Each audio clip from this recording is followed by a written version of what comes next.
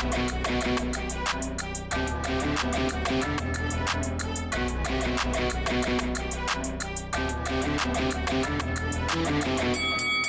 guys, welcome to Boxing Squared for boxing news and views from around the internet.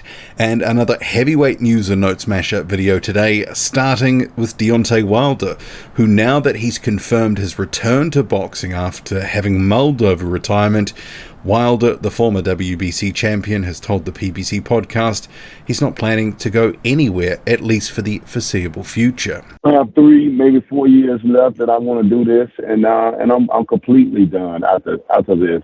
I'll be completely done. You know, I've done great with my finances. I make more money outside the ring than inside the ring. And Wilder, he's also gone into a bit more depth, explaining how seeing grown men cry at his statue unveiling forced his hand and made him stick with the sport.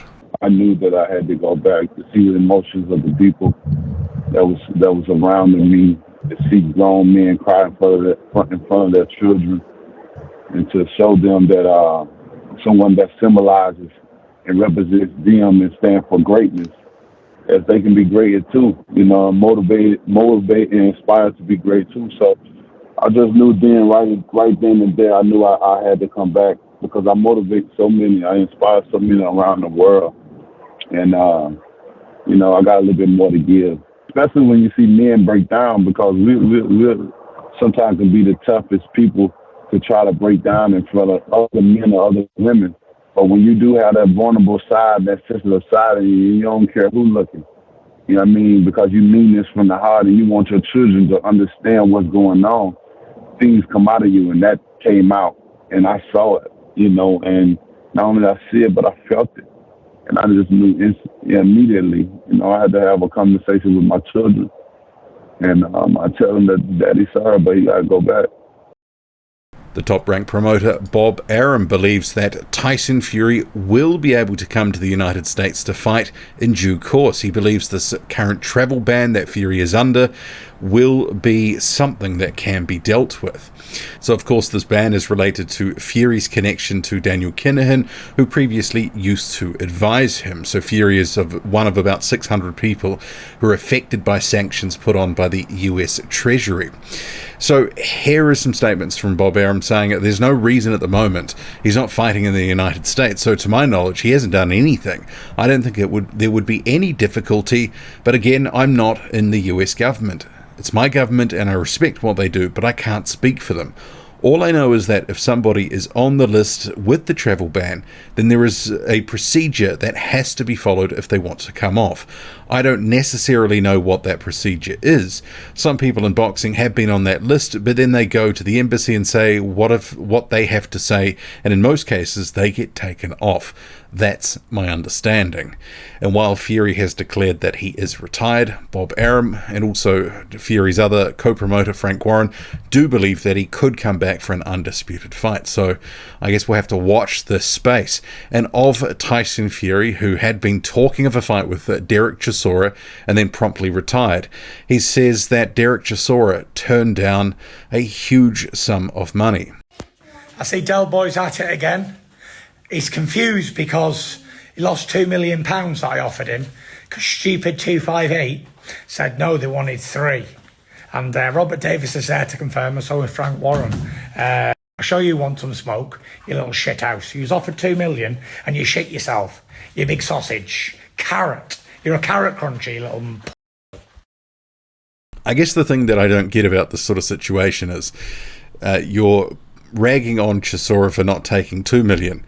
But a couple of days after that offer was made, you said you've decided to retire from the sport. So had Chisora taken the first offer, Fury would be still in the sport? I mean, it doesn't add up to me and doesn't make sense. Anyway, Tyson Fury also involved with Joseph Parker's training camp. He's had a few words to say of Parker and about Joe Joyce, the September 24th opponent. Just in the gym now with Joe. Joe's just done his session. Very good session. He's looking $1 million in the gym. He's absolutely going to smash it! Smash you, Joe. Joyce, you're going to get it. You're going to ass whipping in your face. Get up there! And also sticking with Tyson Fury, he's getting on the bandwagon for Andy Ruiz Jr. Hey, Tyson Fury here. This is a video to my brother, Andy Ruiz Jr. I hope you're doing well, brother, in that gym.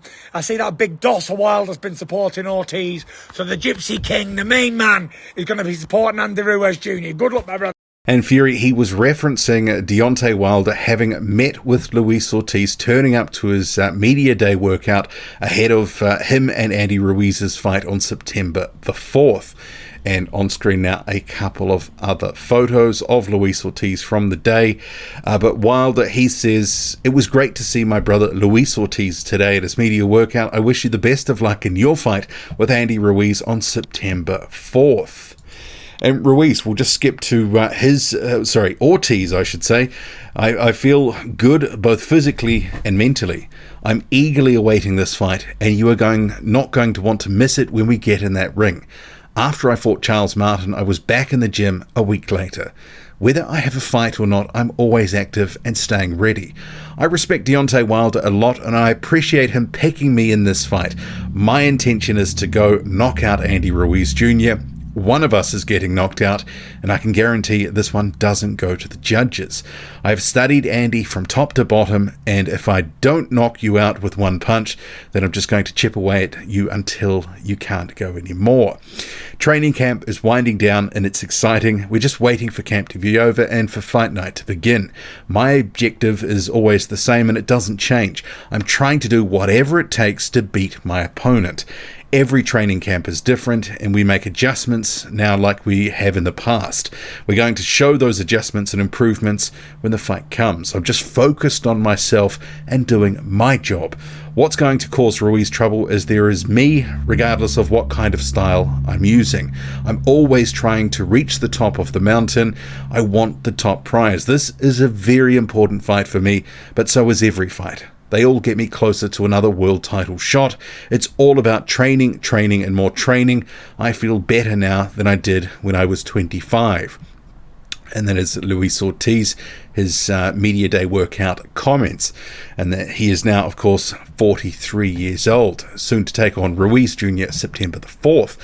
And rounding out this heavyweight news and notes mashup video, Otto Wallin and his promoter, Dimitri Salita from Salita Promotions' Instagram account with this graphic, quoting Otto Wallin saying, "I'm here, I'm ready, and I'm willing to take on any of them.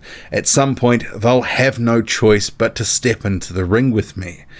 And that's Otto Wallin on upcoming fights between Usyk and Joshua, Ruiz and Ortiz, Wilder and Helenius. And those are the three fights, the six fighters that are mentioned there. Probably also Joyce Parker. I was almost just about to say that, but make of that what you will. Otto Wallin sitting, waiting, watching, kind of rotting on the vine at this point. What do you make of it all? Drop a comment loud and often. Hit like, hit subscribe. Follow me on Twitter, boxing_squared. I'm out.